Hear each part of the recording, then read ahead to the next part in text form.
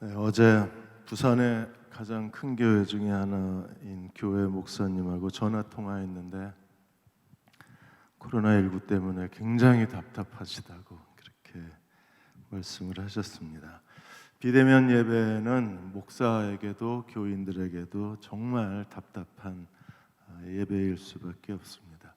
그래도 부산시 기독교연합회는 부산시하고 협의를 해서 교인 50명은 예배에 참석할 수 있게 그렇게 부산시에 허락을 받았어요. 그래서 교회에 아직도 투지폰을 쓰거나 인터넷이 없거나 아니면 스마트폰 사용이 여의치 않은 분들이 교회에 와서 예배 드릴 수 있는 길이 열렸어요.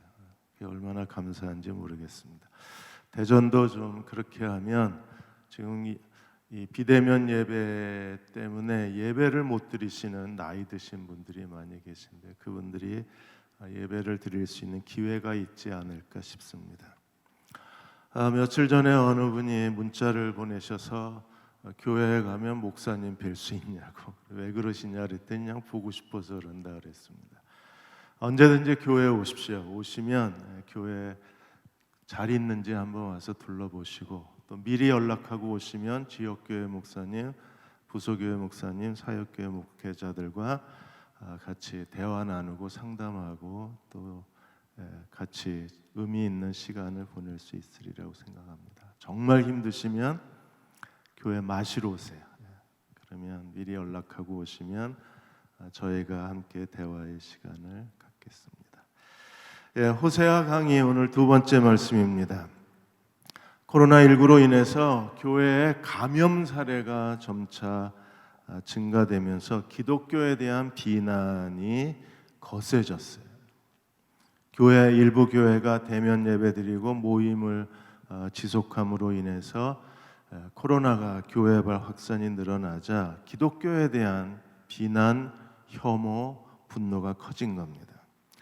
박종순 충신교회 원로 목사님은 예배는 교회의 생명이고 심장이지만 그러나 예배 때문에 코로나 바이러스가 확산되는 것은 교회가 주의해야 될 일이라고 했습니다. 지금은 비대면 예배로 인해서 모두가 힘들지만 목회자가 지금은 정말 바빠야 될 때라 그랬어요. 교인들이 예배를 드리지 못하고 영적으로 약해지기 때문에 비대면 방식의 신방을 찾아서 온 힘을 다 기울여야 할 때라고 하셨습니다. 예배의 위기, 예배의 중단, 예배가 멈춘 시대. 어쩌면 북이스라엘도 예배가 멈춘 시대가 계속됐는지 모릅니다. 기원전 8세기 후반에 아시리아 제국이 확장되던 시대에 남유다에는 이사야와 미가 선지자, 북이스라엘은 아모스와 호세아 선지자가 하나님의 사역을 감당했다고 했습니다. 북이스라엘은 경제적으로 굉장히 풍요했어요. 그러나 정치적으로 혼란스러웠고 영적으로는 암흑시대가 계속되고 있었습니다. 호세아 선지자는 여로보암 2세 통치 후반부터 722년 BC 722년 아시리아에게 북왕국이 멸망당할 때까지 대략 한 30년 하나님의 선지자로 말씀을 전한 것으로 추정을 합니다. 오늘 하나님께서 호세아에게 첫 번째 명령을 주셨어요. 1장 2절에 보시면 여호와께서 처음 호세아에게 말씀하셨어요. 첫 번째 메시지. 하나님의 선지자로 부름받은 호세아에게 하나님의 첫 번째 메시지. 얼마나 기대되고 흥분되고 그리고 그 마음이 뜨거웠을까요? 그런데 하나님이 호세아에게 주신 처음 메시지는 무엇입니까? 여호와께서 호세아에게 이르시되 너는 가서 음란한 여자를 맞이하여 음란한 자식을 낳으라. 이 나라가 여호와를 떠나 크게 음란함이라. 음란이라는 말을 하나님이 3번이나 반복을 하셨어요. 선지자, 거룩해야 할 선지자에게 하나님 말씀하시기를 음란한 여자를 아내로 취하고 음란한 자식을 낳으라. 아주 파격적인 명령을 하셨습니다. 그래서 많은 학자들이 이건 사실이 아닐 거다, 환상일 거다, 비유일 거다, 만들어낸 소설일 거라고 했습니다. 그러나 여호와께서 처음 말씀하셨다고 하셨어요. 이건 실제 상황입니다. 왜 선지자는 음란한 여자와 결혼해서 음란한 자식을 낳아야 돼요? 이스라엘이 하나님을 떠나 크게 음란했기 때문입니다. 음란함은 우상 숭배의 죄를 말합니다. 예레미야 3장 8절에 이렇게 말씀하셨습니다. 내게 패역한 이스라엘이 간음을 음란을 행하였으므로 내가 그를 내쫓고 그에게 이혼 증서까지 주었다 그랬어요. 하나님도 이혼하셨습니다. 하나님의 백성 이스라엘과 더불어 언약을 맺으신 것은 결혼하신 거예요. 그러나 그들이 하나님을 버리고 우상을 섬기는 간음, 음란의 죄를 지었을 때 하나님이 북왕국에는 이혼 증서까지 써줬어요. 그런데 남유다는 그의 반역한 자며 유다가 두려워하지 아니하고 자기도 가서 행음함을 내가 보았노라. 남유다마저도 결국 간음하고 행음 우상 숭배의 죄를 지음으로 말미암아 하나님께서 바벨론에게 멸망을 당하게 하셨어요. 북왕국은 태생이 우상 숭배 국가입니다. 처음 르호보암, 여로보암 분열 왕국 시대부터 여로보암은 금송아지 베델가단의 금송아지를 숭배하면서 우상 숭배 국가였어요. 종교 혼합주의였어요. 하나님의 이름으로 우상을 섬겼던 나라가 북이스라엘이었어요. 그래서 하나님이 여호와를 떠나 크게 음란함이라고 책망하신 겁니다.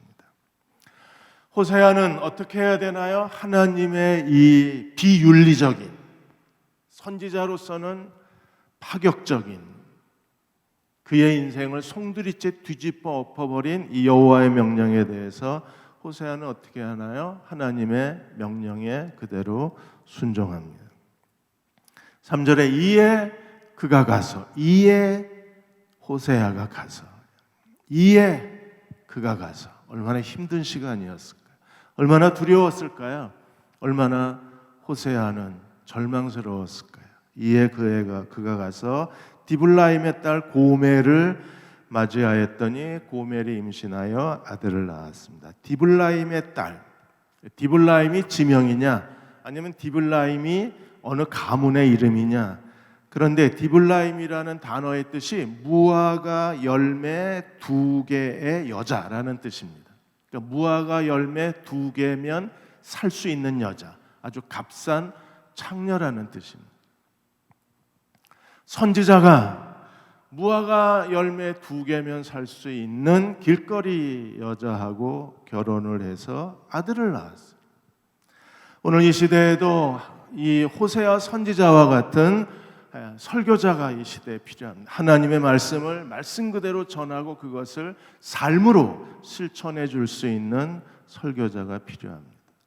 호세아는 이를 위해서 자기의 삶을 송두리째 다 포기했습니다. 자신의 기대했던 인생을 다 그는 포기하고 하나님을 위하여 버리고 자신의 생애를 하나님께 바쳤어요. 그가 말씀을 전하고 말씀을 전한 대로 그의 삶을 하나님께 드렸습니다.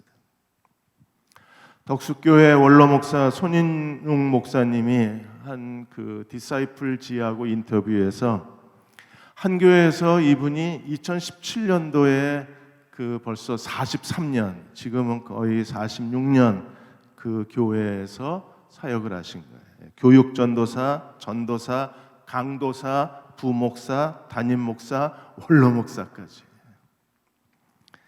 정인태 목사님도 그렇게 사역하시기를 축복합니다. 46년을 한 교회에서 그렇게 평생을 바치셨어요. 손인유 원로 목사님이 목회에서 가장 어려운 게 설교라고 말씀을 하시고 가장 중요하고 가장 힘든 게 설교 사역이다. 그러자 그 기자가 질문을 했습니다. 가장 존경하는 설교자가 누구냐?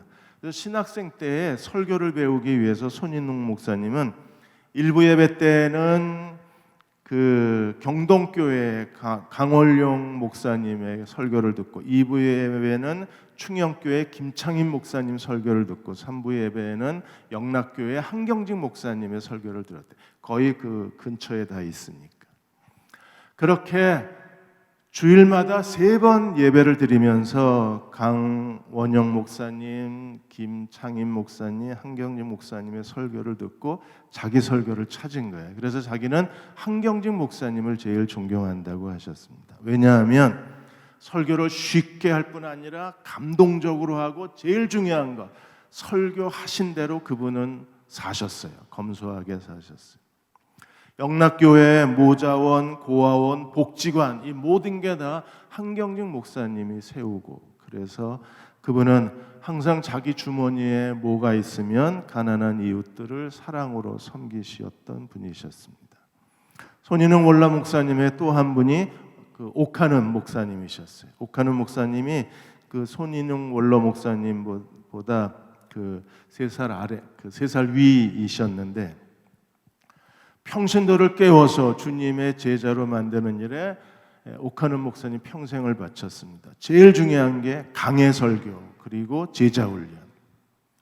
옥 목사님은 철저하게 본문 중심의 설교를 하시면서 그 설교에 자신의 전부를 쏟아 넣으신 거예요. 오늘 한국교회를 다시 회복할 수 있는 것도 하나님 말씀을 말씀 그대로 전하고 그대로 그 삶으로 살 수 있는 살아있는 설교자들이 이 시대에 필요합니다. 하나님께서 이 아들이 태어났을 때 그 아들의 이름을 뭐라고 하셨어요? 4절에 보시면 하나님이 직접 이름을 지어주셨어요. 하나님이 직접 이름을 지어주시면 얼마나 영광스러울까요? 하나님께서 호세아에게 아들을 낳았을 때 그의 이름을 이스라엘이라 하라 말씀을 그 이름으로 하나님 말씀해 주셨습니다. 이스라엘, 북이스라엘의 가장 비옥한 땅이 이스라엘 평야입니다.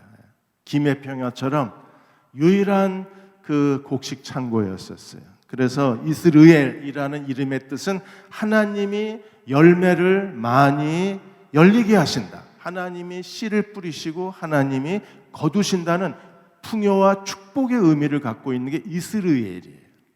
하나님이 이스라엘을 심판의 메시지로 쓰셨습니다. 뭐라고 그러셨어요? 4절에 그의 이름을 이스라엘이라 하라. 조금 후에 내가 이스라엘의 피를 예후의 집에 갚으며 이스라엘 족속의 나라를 폐할 것입니다. 심판의 표상으로 사용을 하셨어요.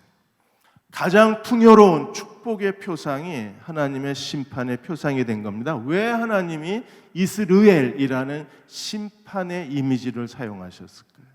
그것은 이스라엘의 역사적인 사건 때문에 그렇습니다.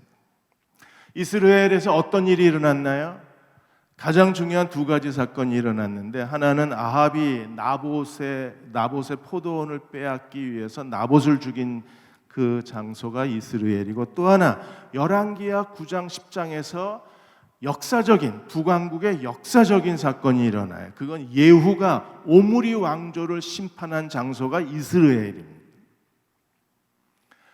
하나님이 예후를 세우셨어요. 그래서 바알과 아세라 숭배 아합과 이세벨을 하나님이 심판하시고 제거하시고 하나님이 멸망시킨 곳이 바로 이스라엘입니다. 열왕기하 9장 6절 7절에서 하나님이 이렇게 예후에게 말씀하셨어요. 예후가 집에 들어갔을 때 선지자 엘리사 선지자가 사람을 보내어서 그의 머리에 기름을 붓고 여호와의 말씀을 전했어요. 내가 네게 기름을 부어 여호와의 백성 곧 이스라엘 왕으로 삼노니.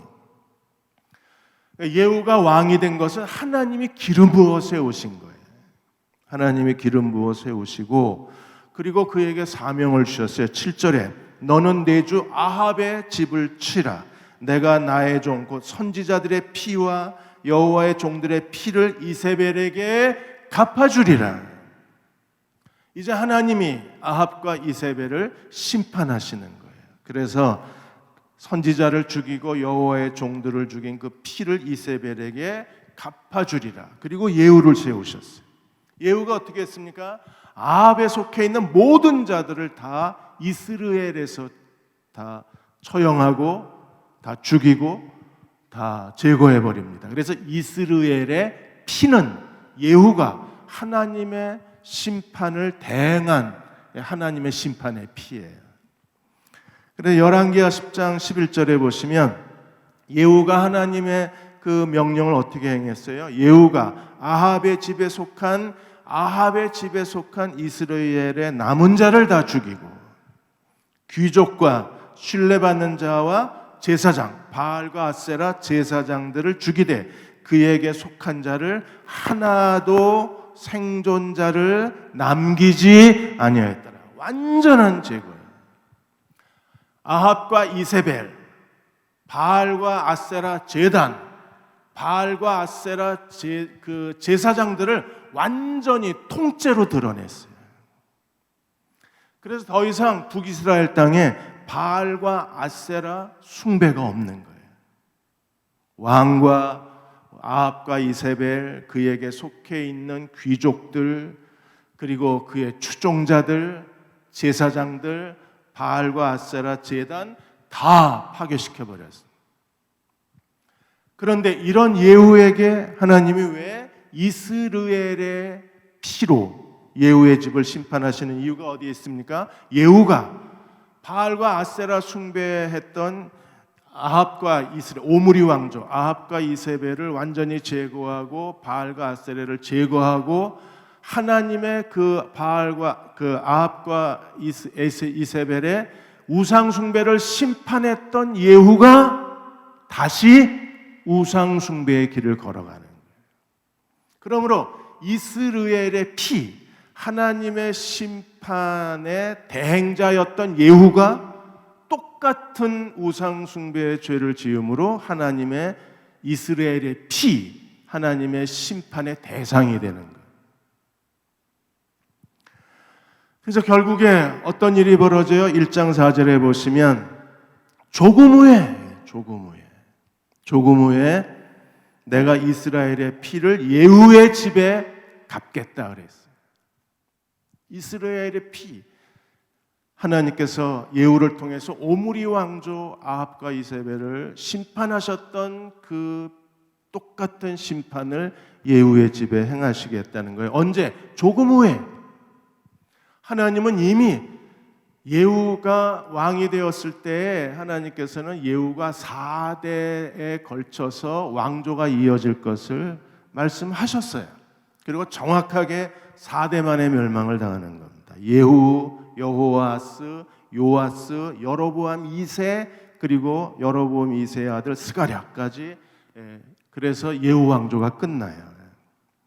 열왕기하 10장을 보겠습니다. 10장 30절 31절에 보시면 여호와께서 예후에게 이르시되 네가 나보기에 정직한 일을 행하되 잘 행하였다. 왜냐하면 완전 제거했어요. 대장암이 생겼을 때 혹시 뿌리가 남아 있을 수 있는 그 부분까지 다 잘라내는 것처럼 그렇게 예후는 바알과 아세라를 섬겼던 아합, 이세벨, 그의 추종자들, 제사장 완전히 다 제거했어요. 그래서 하나님 보실 때 너 정말 잘했다. 내 마음에 있는 대로 아합의 집에 하나님이 정말 흡족해 하셨어요. 예후의 그 심판의 칼날에 대해서 하나님이 만족하셨어요. 그래서 네 자손이 이스라엘 왕위를 이어 4대를 지내리라. 그리고 이제 하나님의 심판의 때가 된 거예요. 그러나 하나님이 예후를 책망하셨어요. 31절에 그러나 예후가 전심으로 이스라엘 하나님 여호와의 율법을 지키지 아니하고 여로보암이 이스라엘에게 범죄한 그 죄에서 떠나지 아니하였더라. 예후의 죄가 뭡니까? 솔로몬이 죽고 난 다음에 르호보암, 여로보암 남북 분열왕국 시대가 열렸을 때 르호보암은 예루살렘 성전을 중심으로 해서 남유다의 역사의 시작이 됐고, 여로보암은 백성이 예루살렘 성전에 가는 걸 차단하기 위해서 가짜 하나님, 가짜 성전, 가짜 제사장, 가짜 절기를 세웠어요. 어떻게 했나요? 금송아지를 베델과 단에 세우고 금송아지 숭배를 시작한 게 여로보암입니다. 그런데 여로보암의 금송아지 숭배가 언제 끝났어요? 오므리 왕조의 아합 시대, 이세벨이 바알과 아세라를 수입해서 이 혼합 종교를 가지고 들어오므로 아합의 오므리 왕조 시대에는 바알과 아세라 숭배 시대예요. 그런데 예후가 바알과 아세라를 완전히 땅에서 뿌리째 다 뽑아버렸습니다. 그런데 예후가 한 결정적인 죄가 뭐예요? 여로보암의 금송아지 숭배를 다시 가지고 들어온 겁니다. 그래서 제2의 금송아지 숭배 시대를 열었던 사람이 예후예요. 그래서 하나님이 아합을 심판했던 이스라엘의 피를 그대로 예후의 집에 갚겠다고 선언하신 이유는 여기에 있는 겁니다. 예후의 집 왕조가 멸망당하면서 결국에 이스라엘도 멸망을 당하는 거예요. 스가랴로 인하여 예후 왕조가 예후를 제외하고 4대 만에 끝납니다. 그리고 25년 동안에 북이스라엘은 쿠데타가 일어나요. 그러다가 BC 722년 아시리아에 의해서 완전히 멸망을 당합니다. 그래서 5절에 보시면 그날에 조금 후에, 4절에 조금 후에, 그리고 5절에 그날에 내가 이스라엘 골짜기에서 이스라엘의 활을 꺾으리라. 이스라엘이 아시리아에게 완전히 멸망을 당하는, 결국 그 오므리 왕조가 멸망당했던 이스라엘 골짜기에서 예후 왕조도 똑같은 장소에서 똑같은 죄로 왕조가 끝나요. 그리고 이스라엘 역사도 끝납니다. 이게 우상 숭배의 죄예요. 그러므로 오늘 우리는요, 하나님을 예배하는데 온 힘을 다 기울여야 하는 이유가 여기에 있는 거예요. 지난주에 기독교 TV를 보다가 다른 교회에서는 어떻게 온라인 예배를 드리나, 저는 시간만 되면 기독교 TV 채널 4개를 돌려가면서 보다가 그 서준호 형제의 간증을 듣게 되고 그 서준호 형제 간증을 찾아서 저도 들었어요. 광림교회의 솔리스트가 서준호 형제입니다. 2003년도 대학교 때 친구들하고 차를 몰고 가다가 교통사고가 나서 목뼈가 부러지면서 전신마비가 돼요. 그리고 병원 중환자실에 누워있게 되었습니다. 그 병원 중환자실에 누워있는 동안에 그는 절망감에 빠졌습니다. 이제 더 이상 성악가의 길을 걸어갈 수가 없는 거예요. 그래서 스스로 산소호흡기를 제거하려고 했지만 그것도 여의치를 않았습니다. 그런데 그 절망의 시간에 이 서준호 형제를 붙잡아준 내면에 하나님의 음성이 있었는데, 그게 바로 어렸을 때부터 부모님이 함께 드렸던 가정예배, 그 가정예배를 통해서 철저하게 신앙이 훈련된 형제였기 때문에 그 절망의 시간에 그 가정예배를 통해서 그 배웠던 하나님 말씀이 그의 마음에 빛이 된 거예요. 지금 두빈나래를 통해서 집에서 가정예배를 드리고 있는 많은 가정들이 있습니다. 이게 우리의 인생에서 어느 순간 가장 어렵고 힘들 때에 그때 부모님과 함께 드렸던 가정예배가 그 마음에 등불처럼 켜지는 거예요. 부모님은 자녀들에게 줄 수 있는 가장 최고의 유산이 가정예배, 함께 예배드리는 것임을 알고 우리가 아이들과 함께 예배드리는 일에 온 힘을 다 기울여야 할 것입니다. 서준호 형제는 외아들입니다. 어머니가 중환자실에 입원했을 때 제일 먼저 해준 말씀이, 중환자실은 영적 신학 대학원이니까 우리가 하나님 여기서 잘 훈련을 받고 하나님의 일을 감당해야 된다고 그렇게 아들을 위로했어요. 중환자실 하루 2번 면회가 있는데 2번 면회가 있을 때마다 부모님이 들어와서 잠깐 얼굴을 보고 그 다음에 다른 중환자실 침대마다 가서 기도해주고 나가시는 거예요. 그게 그 부모님의 신앙이었어요. 호흡기를 오래 대고 있으면서 이 호흡기로 인해서 폐손상이 왔어요. 그래서 이제 의사들이 목에 구멍을 뚫고 산소 호흡기를 집어넣어야 된대요. 그리고 목에 구멍을 뚫고 음식을 넣어야 된다고 했습니다. 성악가가 목에 구멍을 뚫으면 끝난 거예요. 수술 동의서에 사인을 해야 이 목에 구멍을 뚫고 호흡기를 연결을 합니다. 폐가 아주 시커멓게 변했기 때문에. 그래서 수술 동의서에 사인하고 부모가 무릎을 꿇었어요. 하나님 살려주시면, 우리 아들 준호, 하나밖에 없는 준호 살려주시면 하나님께 바치겠습니다. 그리고 기도하다 잠이 들었는데 광야에서 황무지에서 생수가 터져 나오는 꿈을 꾼 거예요. 잠에서 깨고 이 부모가 할렐루야 확신을 가졌습니다. 하나님이 우리 아들을 고쳐주신다. 아니나 다를까 그 다음날 수술하기 전에 한 번 더 폐사진을 찍어보자고 해서 폐사진을 찍었는데 그 시커멓던 폐가 깨끗해졌어요.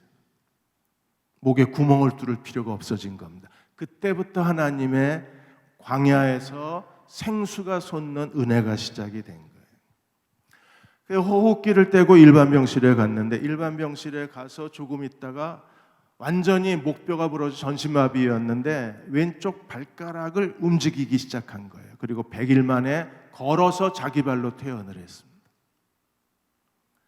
그렇게 해서 이제 하나님이 살려주시면 하나님께 바치겠다고 했으니까 그때부터 미랄 선교 합창단하고 카네기홀 공연을 하면서 이렇게 여러 콩쿠르에 계속 도전을 했는데 2015년 사고 난 지 13년 만에 2015년 국내에서 가장 권위 있는 중앙 콩쿠르에서 마침내 하나님이 약속하신 대로 대상을 타게 된 거예요. 그리고 지금도 광림교회에서 나사렛 성가대에서 솔리스트로 하나님을 섬기고 있습니다. 이런 기적이 어디서 일어났어요? 어려서부터 부모와 함께 드렸던 가정예배에서 오는 내면의 음성, 내면의 확신, 그리고 믿음의 부모, 이 형제에게 하나님의 기적을 가져온 겁니다. 그러므로 예배의 위기 시대, 예배가 나태하기 쉬운 이 예배 중단 시대에 우리는요 예배의 능력을 키워야 돼요. 예배의 뉴 노멀 시대가 왔어요. 이제는 예전에 드렸던 예배 말고 또 다른 예배에 익숙해져야 될 시대가 온 거예요. 하나님은 대면 예배, 비대면 예배에 다 똑같은 말씀을 하셨습니다. 히브리서 10장 25절에 모이기를 패하는 어떤 사람들의 습관과 같이 하지 말라. 우리는 모이기를 힘써야 합니다. 오직 권하여 그날이 가까이 올수록 더욱 그리하자. 우리는 모이기를 힘써서 하나님을 예배하는 참된 예배자가 되어야 합니다. 그러나 지금 이렇게 코로나19로 인하여 모든 사회적 거리 2단계, 2.5단계로 인해서 우리가 모일 수 없게 되었을 때 우리는 어떻게 해야 되나요? 우리는 예수님이 가르쳐 주신 또 다른 예배를 드려야 합니다. 요한복음 4장 21절에 예수께서 이르시되 여자여 내 말을 믿어라. 내 말을 믿어라. 어떤 말씀인가요? 이 산에서도 말고 예루살렘에서도 말고 너희 아버지께 예배할 때가 이르리라. 장소 문제가 아닙니다. 사마리아 산, 예루살렘 장소가 아니에요.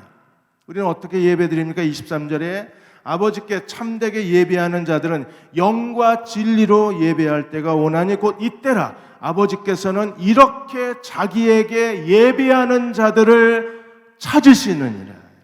이렇게 자기에게 예배하는 자들을 찾으시느니라.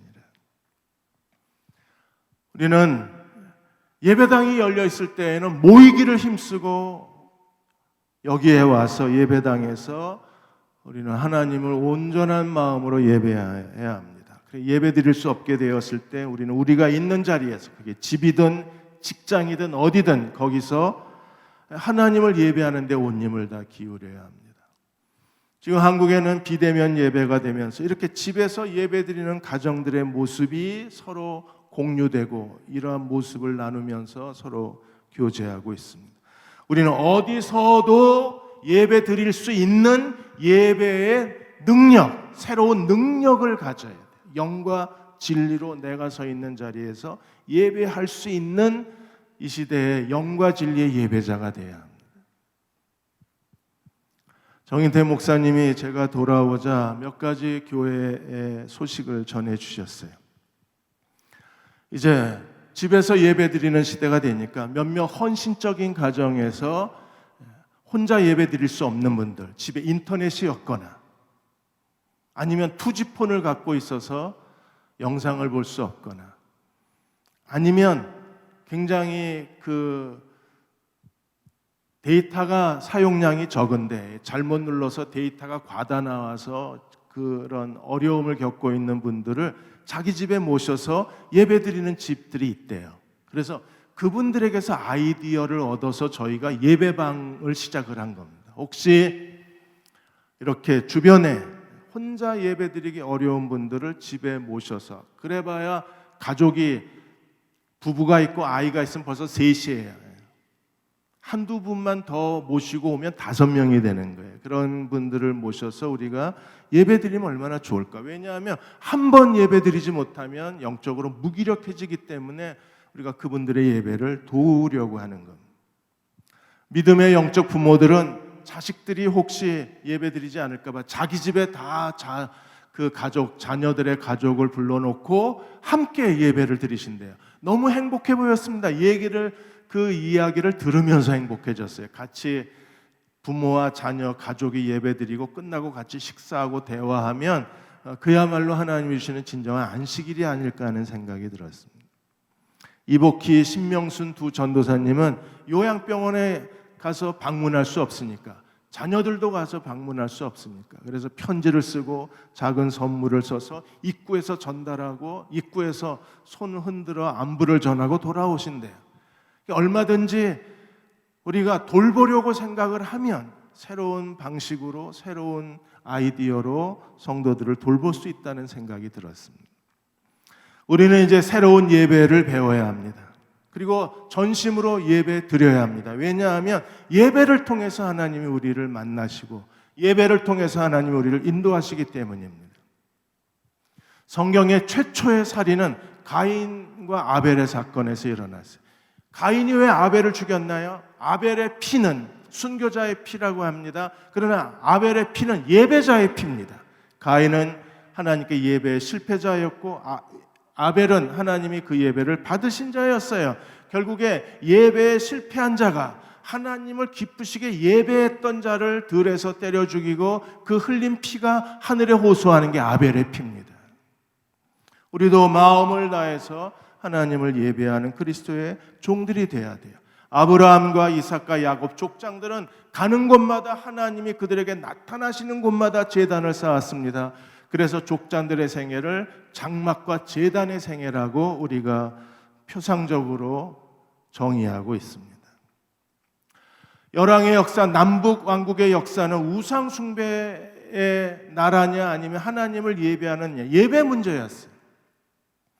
결국에 남유다도 예배 때문에 하나님을 버리고 우상 숭배하다가 그 바벨론 땅에 포로로 끌려가게 되었습니다.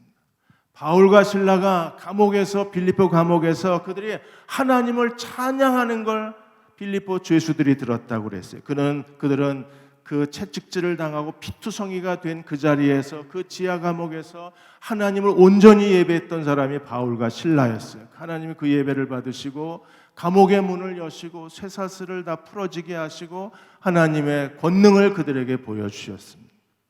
이제 어디서도 하나님을 예배할 수 있는 예배자가 됩시다. 교회에 와서도 하나님을 힘을 다하여 예배하고, 집에서도 온라인이지만 거기서도 영과 진리로 예배할 수 있는 예배의 능력자들이 됐을 때 우리는 하나님께서 우리의 예배를 받으시고 오늘 우리의 예배를 통해서 하나님 우리의 감옥문을 열어주실 수 있을 거예요. 그런 예배자가 되시기를 주의 이름으로 축원합니다. 하나님이 기쁘시게 예배를 받으실 곳에, 그곳에서 하나님 우리를 인도하시고 통치해 주실 것입니다. 그 예배의 은혜를, 비대면 예배를 통해서도 더 큰 은혜를 누리는 저와 여러분 되시기를 주님의 이름으로 축복하고, 그리고 온 마음을 다해서 우리가 예배드리는 일에 온 힘을 다 기울이는 저와 여러분 되시기를 주의 이름으로 기원합니다. 이제 우리 찬양팀하고 같이 찬양하고 십자가의 길, 순교자의 삶 같이 찬양하고 그리고 기도하는 시간을 갖겠습니다. 내 마음에 주를 향한 사랑이, 나의 말엔 주가 주신 진리로, 나의 눈엔 주의 눈물 채워주소서.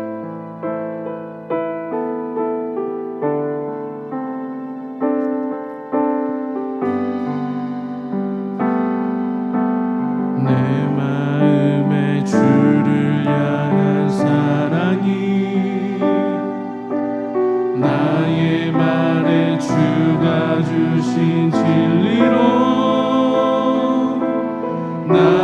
눈에 주의 눈물 채워주소서.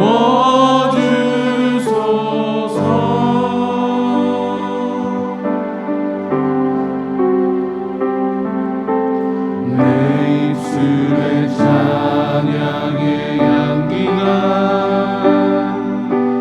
두 손에는 주를 닮은 섬김이 나의 삶의 주의 은정 나게 하소서.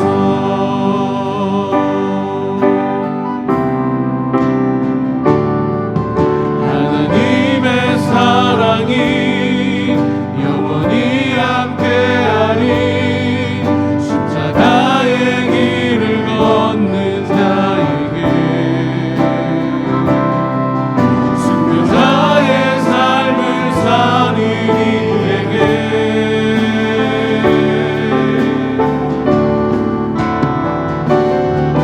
조롱하는 소리와 세상 유혹 속에도 주의 순결한 신부가 되리라. 내 생명 주님께 드리리. 내 마음에 주를 향한 내 마음에 주를 향한 사랑이 나의 말엔 주가 주신 진리로 나의 눈에 주의 눈물 채워주소서.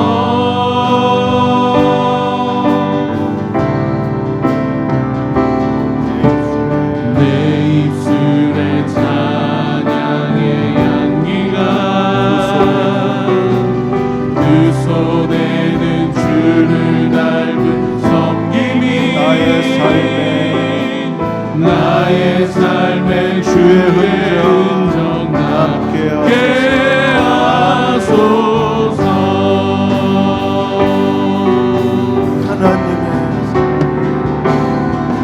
하나님의 사랑이 영원히 함께하리. 십자가의 길을 걷는 자에게 순교자의 삶을 사는 이에게 조롱하는 소리와 세상 유혹 속에도 주의 순결한 신부가 되리라. 내 생명 주님께 드리리. 하나님의 사랑이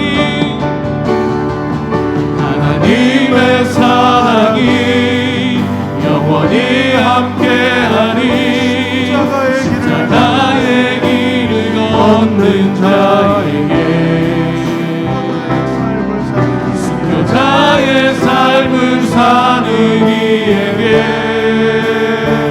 조롱하는 소리와 세상 유혹 속에도 조롱하는 소리와 세상 유혹 속에도 주의 순결한 신부가 되리라. 내 생명 주님께 드리리.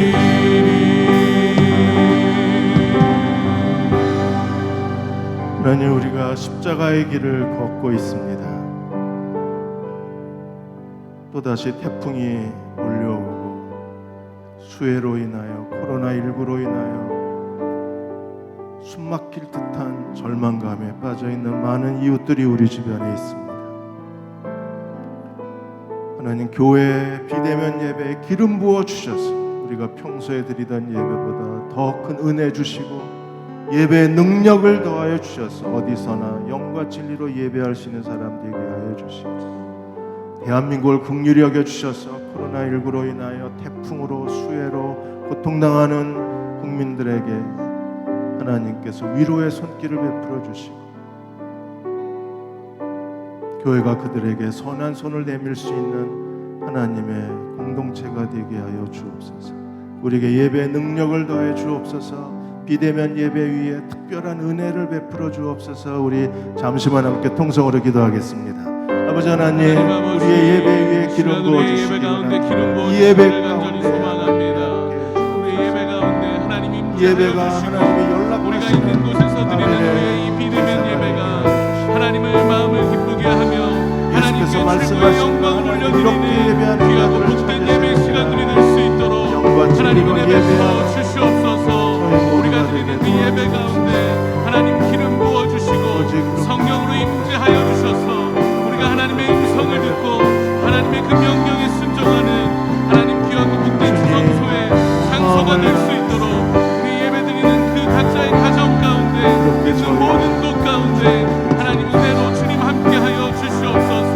은혜의 보좌 앞에 서는 우리 모두가 될 수 있도록 우리가 드리는 이 모든 온라인 예배가 하나님 역사하시고 우리 가운데 동일하게 일하시는 그런 귀하고 복된 축복의 통로가 되는 귀한 예배 시간들이 될 수 있도록 하나님 은혜 베풀어 주시옵소서. 우리 안에 놀랍게 일하실 그 하나님의 이름을 찬양합니다. 예배 가운데 기름 부으실 그 하나님을 기대합니다. 아버지 하나님, 예배가 멈추었던 북왕국의 왕조가 이제 멸망하고 이스라엘 족속의 나라도 하나님이 패해버리셨습니다. 예후의 집에 이스라엘의 피를 갚고 이스라엘 족속의 나라를 패할 것임이라 예배가 멈춘 땅은 결국 하나님의 심판을 피할 수 없었습니다.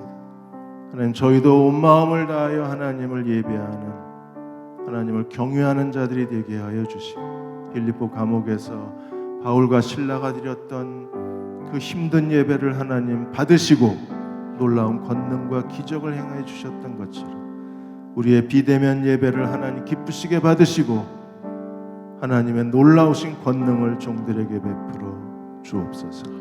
지금 우리를 죄에서 구원하신 우리 주 예수 그리스도의 은혜와 하나님 아버지의 크신 사랑하심과 성령의 위로하고 도우신 은혜가 오늘 함께 주일 예배 드리고 돌아가는 모든 교우와 가정과 자녀들 위에, 이 민족과 이 땅의 모든 교회 위에, 코로나와 장마와 수해로 인하여 고통당하는 우리들의 이웃들 위에 지금부터 영원히 함께 하시기를 간절히 축원하옵나이다.